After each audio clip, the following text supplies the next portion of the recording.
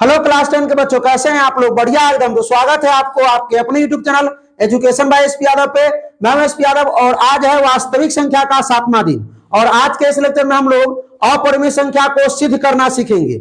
सिद्ध करेंगे कि √2 एक अपरिमेय संख्या है, सिद्ध करें कि √3 एक अपरिमेय संख्या है, सिद्ध करें कि √5 एक अपरिमेय संख्या है, सिद्ध करें कि √7 एक अपरिमेय संख्या है। ठीक है, और इतना आसान तरीका बताने वाले हैं कि आप जीवन भर नहीं भूलेंगे, क्योंकि स्किप नहीं कीजिएगा, ध्यान से देखिएगा। तो चलिए भाई स्टार्ट करते हैं। सबसे पहला प्रश्न क्या है?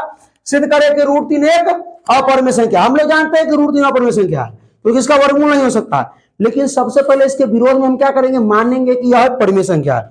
हमारा बात गलत होगा, फिर मान लेंगे कि अतः अब हमारा बात जो है वो गलत है, यह असंभव है, √3 परिमेय नहीं है, अपरिमेय संख्या। सबसे पहले हमको क्या करना पड़ेगा? इसके विरोध में मानना पड़ेगा ना। तो सबसे पहला लाइन क्या करना पड़ेगा? आपको लिखना पड़ेगा हल। क्या लिखना पड़ेगा? और सबसे पहले लिखना है क्या कि यदि संभव हो तो मान ले कि √3 एक परिमेय संख्या है।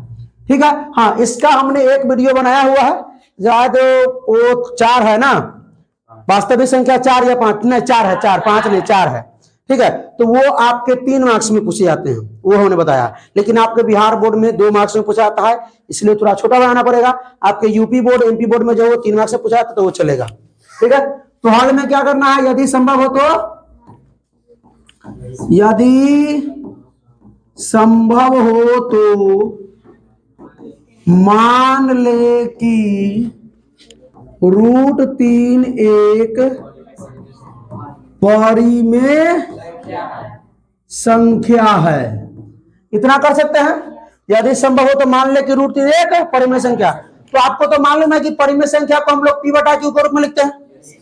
ये आप लोगों को मालूम है कि परिमेय संख्या को हम लोग P/Q के रूप में लिखते हैं। तो लिखिए, तो जब हम √3 को माने हैं परिमेय संख्या, तो √3 बराबर क्या हो जाएगा? P/Q। परिमेय संख्या है ना भाई। आप सुनिए, लिखेंगे जहां Q बराबर 0 नहीं होना चाहिए। Q बराबर 0 नहीं, क्योंकि Q अगर जैसे 0 हो गया तो परिमेय संख्या नहीं होगा वो। लड़का खड़ा करो इसको घूसर के दशा वाला खड़ा। तुमको नींद रात में गया था चोरी करने। हाँ, एवं P व Q एक पूर्णांक है। एक क्या है? पूर्णांक है। क्या है?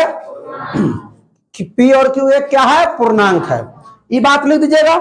यदि संभव हो तो मान ले कि √3 एक परिमेय संख्या है, और जब परिमेय संख्या होगा तो √3 बराबर P/Q। परिमेय संख्या को तो P/Q के रूप में लिखते हैं ना, तो इसको हम P/Q के रूप में लिख दिए। जहां Q 0 नहीं होना चाहिए, एवं P और Q क्या है? एक पूर्णांक है। कोई दिक्कत? अब लिखेंगे दोनों तरफ वर्ग करने पर, दोनों तरफ वर्ग करने पर, तो √3 का वर्ग क्या हो जाएगा? √3 का स्क्वायर है P/Q का, और √3 का स्क्वायर P का स्क्वायर और Q का वर्ग। कोई दिक्कत किसी को? अब सुनिए, अब करने क्या वाले हैं, इसको हम या का चिन्ह दीजिए। ऐसे या का चिन्ह भी ऐसे भी दे सकते हो, या ऐसे भी लिख सकते हो।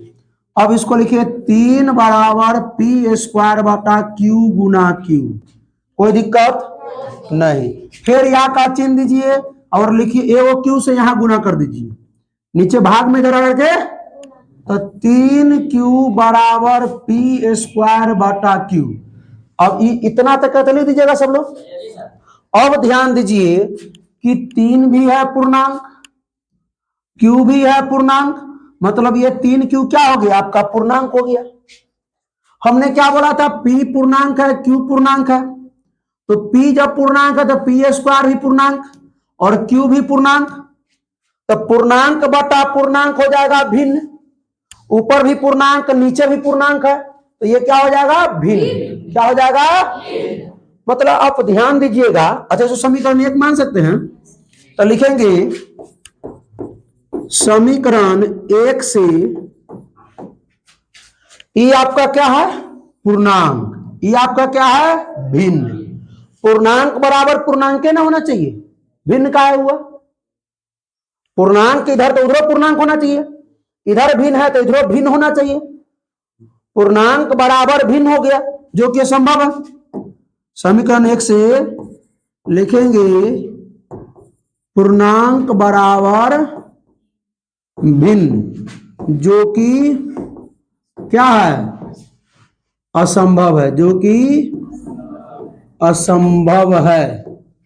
अब नीचे ये पूर्णांक इनमें भिन्न है तो बराबर कैसे हुआ? इन्हें पूर्णांक तेनो पूर्णांक तब ना बराबर, इन्हें भिन्न तो इन्हों भिन्न तब ना बराबर है। भाई आप लोग और इन्हें सुनिए, फिर उन्हें देखिएगा, इन्हें देखिए, ये पूर्णांक बराबर भिन्न जो कि असंभव है। पूर्णांक बराबर पूर्णांक होना चाहिए, भिन्न बराबर भिन्न होना चाहिए। क्या यहाँ पूर्णांक है, पूर्णांक कैसे हुआ? 3 क्यू है पूर्णांक, पी स्क्वायर बटा क्यू, ऊपर अंश नीचे हर, अंश बटा हर भिन्न ना होता है हो। तो लिखेंगे अतः हमारी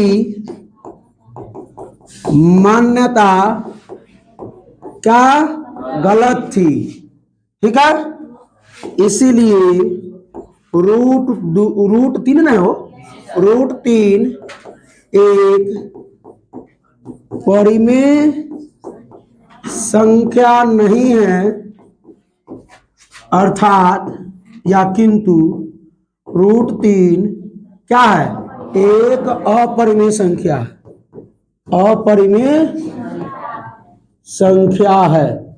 इतना लिख लीजिएगा सब लोग। ये 2 नंबर में, उस दिन हमने बताया था वो 3 नंबर में, तो 3 नंबर में आपके बिहार बोर्ड में नहीं है, वो यूपी एमपी हरियाणा बोर्ड सब में है, ठीक है। तो उस दिन हमने बताया था वो 3 नंबर के लिए है, ठीक है। तो आपके ये कितने मार्क्स के लिए है? 2 मार्क्स के लिए ये प्रश्न हो गया।